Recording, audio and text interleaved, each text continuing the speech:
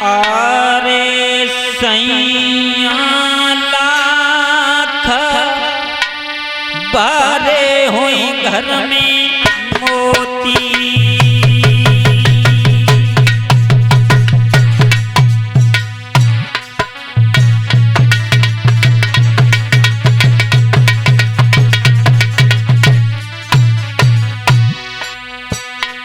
सुनीति रानी समझा रही है और तानपाद महाराज को प्राणनाथ, लोग तुम्हें निर्वंशी कहते हैं और मुझे बांझ कहते हैं। इस तरीका से मैं महलों में नहीं रह पाऊंगा।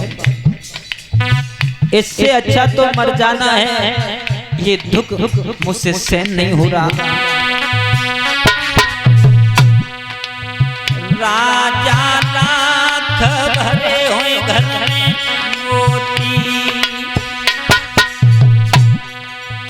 बिन बेटा के शोभा नहीं होती।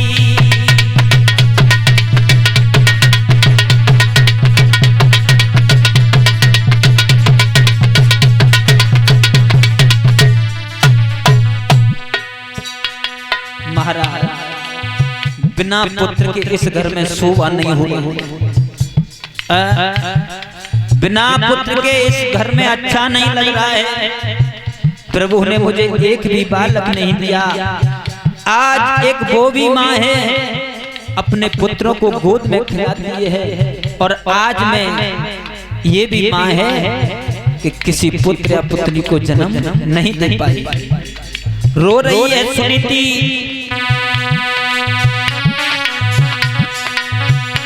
अरे बिन बेटा के इज्जत नहीं होती।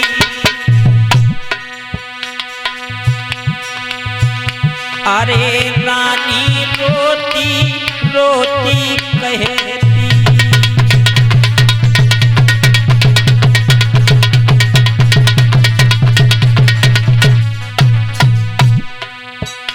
सुनीति रानी रो रही है। अरे असवनते भीगिए धोती, और या सुनते भीगिए धोती।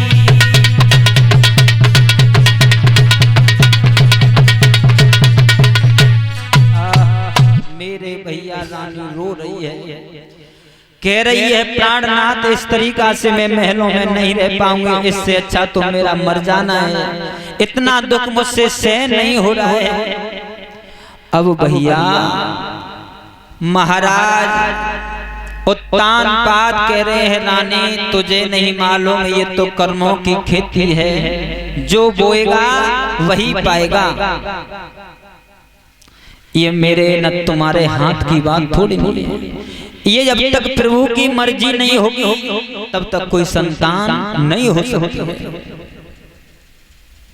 धीरे धीरे समय गुजरता हुआ चला गया। अब सुनीति रानी समझा रही है तानपाद महाराज को, महाराज मेरी बात मानो तो आप एक काम करो। क्या काम करो? आप दूसरी शादी कर लीजिए और सौत घर में आ जाएगी। हो सकता है वंश आगे की ओर बढ़ जाए, उसके कोई संतान हो जाए तो वंश चल जाएगा। मेरे भैया इतनी बात महाराज उत्तानपाद ने सुनी। सौत घर में आ जाए।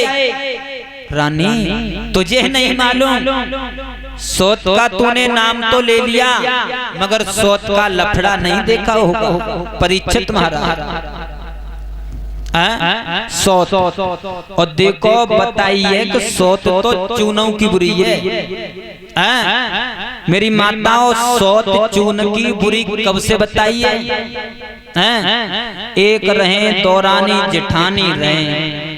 अब बाय दौरानी को जब तक जेठानी से लड़े ना ले तब तक रोटी ना पचे बाकी। एक दिन को समय हुआ, जेठानी हथिकाई वे सुकाबाद शॉपिंग को निकल गई। अब वे दौरानी घर पे अकेली रह गई। अब दौरानी बिना लड़ाई के चैन ही ना पड़े, जब तक लड़े ना ले तब तक उनकी रोटी ना पचे। अब जब तक रोटी ना पचे तो बे शॉपिंग को चली गई तो दो रानी ने करो का कि एक चून की सोत बनाई ले। अब सोत चून की बनाई तो सोत जो चून की बनाई बाम काउ तरीका से एक नमक की कंकड़ी चली गई। अब बस सोत हथिकाई चून की वो दौरानी हथिकाई अब बासु लड़ रही है ते के उमज्जे मंग के उमज्जे हैं। अब बासु कह रही है चून सोत से ते के उमज्जे मंग के उमज्जे कड़ी काई तेन चैन हैं। अब मेरे भैया अब बस सोत ते लड़ रही है और सोत ते लड़त जा रही है। अब कहती जा रही है कि आज तो चूल में ही टकाऊंगा और चूल में सोत लगाई दे। अब धीरे धीरे अब वो नमक की कंकड़ी गरम पड़ी तो जैसे नमक की कंकड़ी फूटी जो चटकी जो सीधे लंग को बाजार बंद है वो परिचत मारा। तब से बताइए कि सोत तो चूनों की बुरी है। अब महाराज उत्तानपाद ने जैसे ही सोत का नाम लिया रानी सुनीति ने कहा महाराज तुम दूसरी शादी कर लीजिए हो सकता है सोत घर में आ जाए तो संतान पैदा हो जाए। इतनी बात सुनी तो एकदम उत्तानपाद महाराज के आंखों से आंसू बहने लगे।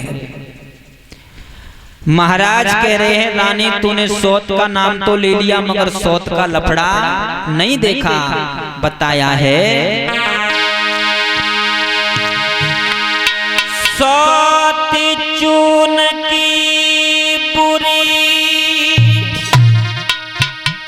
चेहरे की छुरी मान जा प्यारी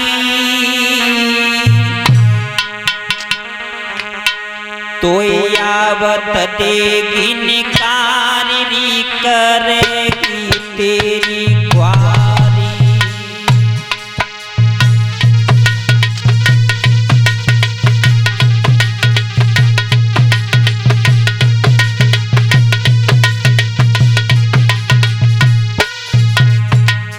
महाराज उत्तानपाद कह रहे रानी मान जाओ सोत घर में आ जाए।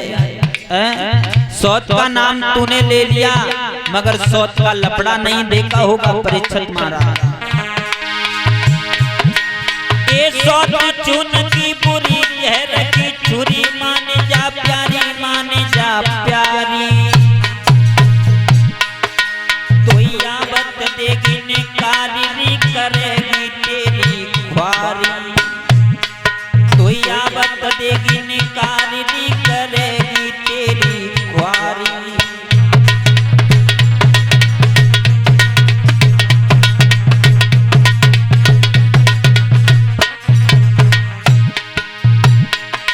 वो हम गाली दे चैन नहीं ले वो राज दुलारी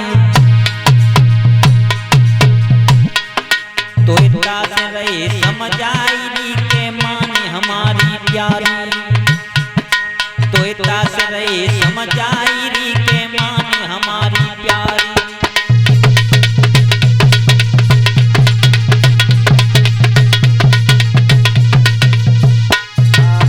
मेरे भैया उत्तानपाद महाराज कहने लगे मैं दूसरी शादी नहीं करूंगा।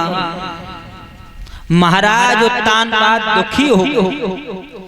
दुखी होकर के रानी सुनीति से कहा सुनीति मैं जंगल में जाऊंगा मरने के लिए।